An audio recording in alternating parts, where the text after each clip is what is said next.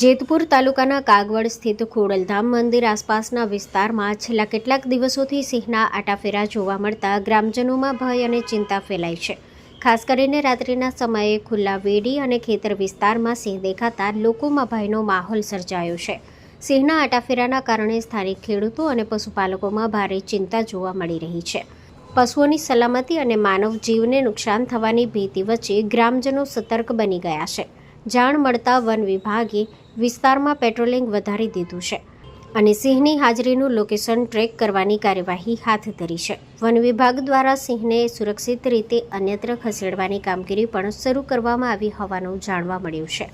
One વિભાગે લોકોને રાત્રિના સમયે બહાર ન નીકળવા, પશુઓને સુરક્ષિત સ્થળે રાખવા અને કોઈપણ રીતે સિંહને ઉશ્કેરવાનો પ્રયાસ ન કરવા અપીલ કરી છે. હાલ સમગ્ર વિસ્તાર પર વન વિભાગની નજર છે. Story report by Rakesh Pithadiya, Jetpur.